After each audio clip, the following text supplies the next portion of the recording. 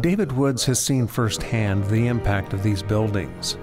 As Maranatha's project director for Zambia and Zimbabwe, he oversaw the organization and construction of hundreds of one-day churches.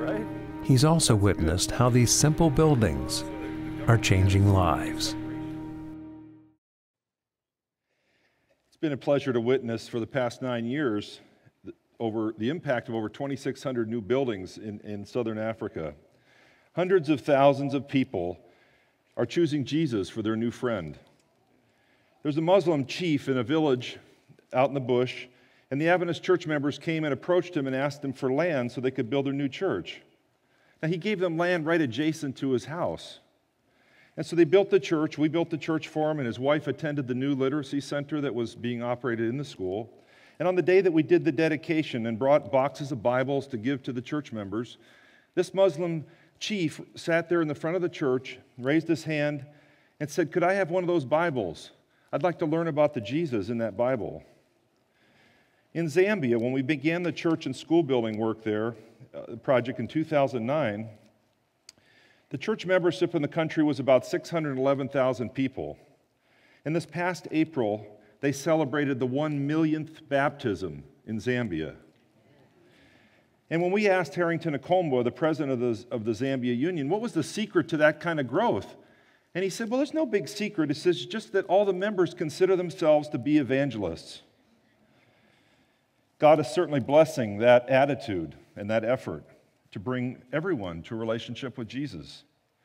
I visited deep in the bush in Kayoma, East District of Zambia, and as I was traveling way out into the bush to do site visiting for new churches, I met a lady named Mrs. Mulyata.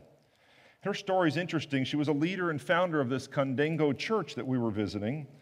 She became a member of the church in 2004, and then right after she was baptized, moved back out into this rural area near where her husband had lived. And it was such a long distance to get to the church that she would get lost. Frequently, she would just, hiking through the bush, she would get lost trying to find the church. So the elder of the church said, we need to plant a church in your village, start a branch. They refer to them as branches, so that you can find church on Sabbath. Well, so when I'm visiting her, I asked her, now, how would a one-day church impact your group here? Now, this was said with great excitement. She says, we will jump up and down, we will celebrate, and we will jump all around. And she said, we'll be very grateful because according to us, she just said, we never thought that we would deserve a one-day church. And she said, in fact, she didn't think that Maranatha would come that far out into the bush to help her. Our team built her a church at this site back in August this year. I wish that all of you and I both could have all been there to watch the jumping, and the excitement during that celebration. We visited Malawi this past January and saw that most of the one-day churches we had built there had been bricked up. They'd put bricks around them, and many of them had been extended because they were making room for additional growth. God is in the business of multiplying. One church had 34 members when we built it, and 14 months later, they had 97 members. Another church had 80 members when we built it, and a few years later, it had 120 members, but it also had 2 baby churches. The church started with, when we moved there, they had 345,000 members. This is in 2009. And beginning of this year, they had 460,000 members. God is multiplying. My colleague Elmer, when he used to work with us in Africa, he was out doing site visits in an area where the churches were very close together and they were very big, 300-400 members in the church. And I asked him, I said, why don't you encourage the members to divide the churches? And a one-day church can't handle 400 people, so we'll build one for each group. Well, he said, the deal is, David, he says, I can see the next church from this church. And he said, they've already evangelized their whole community. In fact, he said, the members have their suitcases packed and they're waiting for Jesus to come. So these people are at work there. They're on fire, The Chisefu School is one of the schools Maranatha built in northern Malawi. It is full to capacity with a waiting list.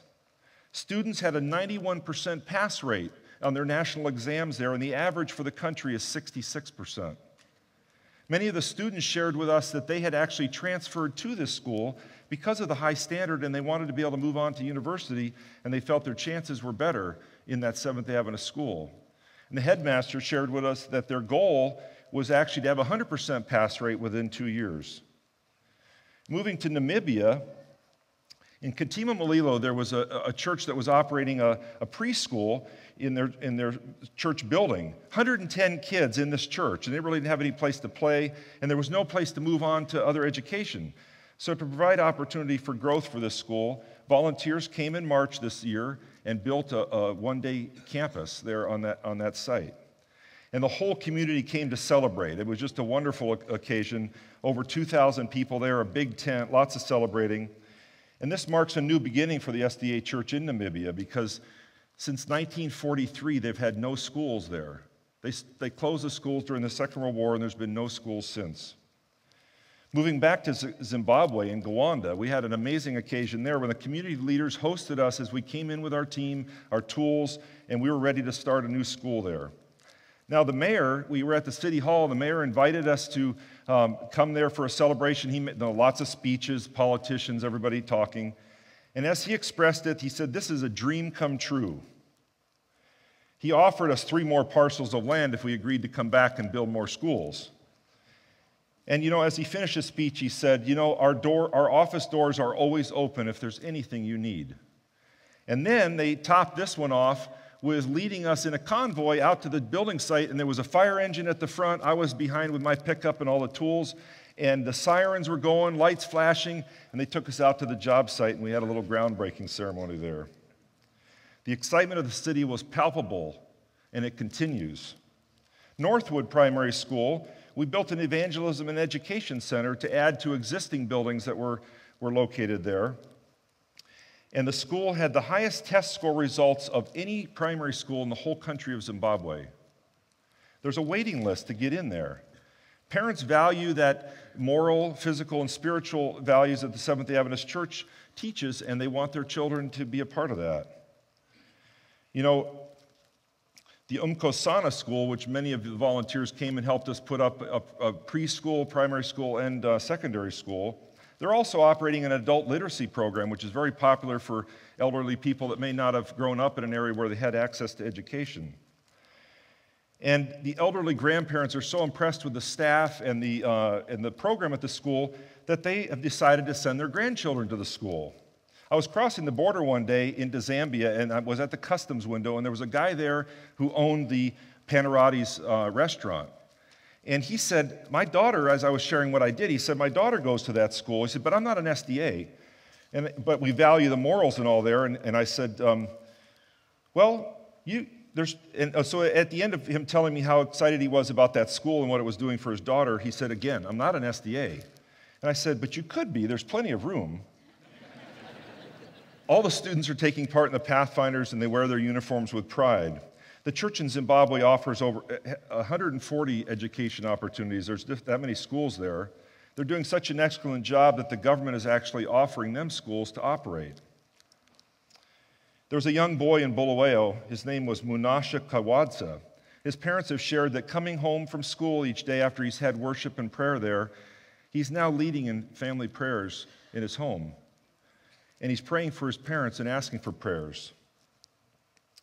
We've been so blessed to be a part of seeing what God's doing in Africa and how these buildings are being used to bring people to a knowledge of Jesus.